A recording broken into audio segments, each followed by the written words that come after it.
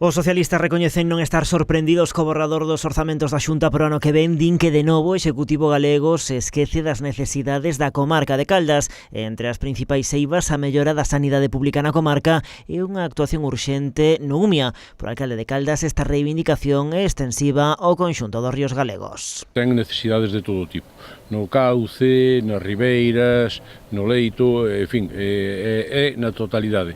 E eu creo que se necesitaría un plan integral dos ríos, porque, xa digo, o noso está moi mal, pero os que vou vendo por aí non están mellores.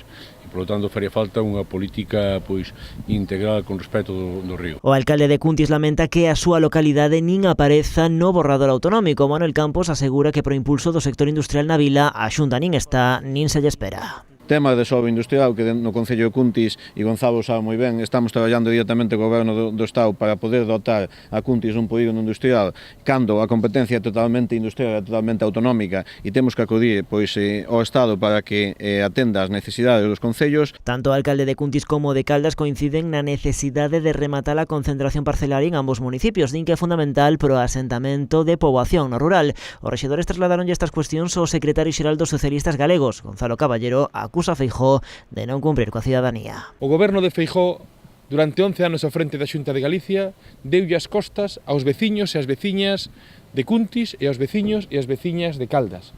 E foron e son os alcaldes socialistas destes dous concellos, Manolo en Cuntis, Juan Manuel en Caldas, os que sacan adiante as políticas para permitir un concello con vida digna, para paliar os déficits de inversión da Xunta de Galicia, para resolver os problemas que a Xunta tiña que resolver e non o fai.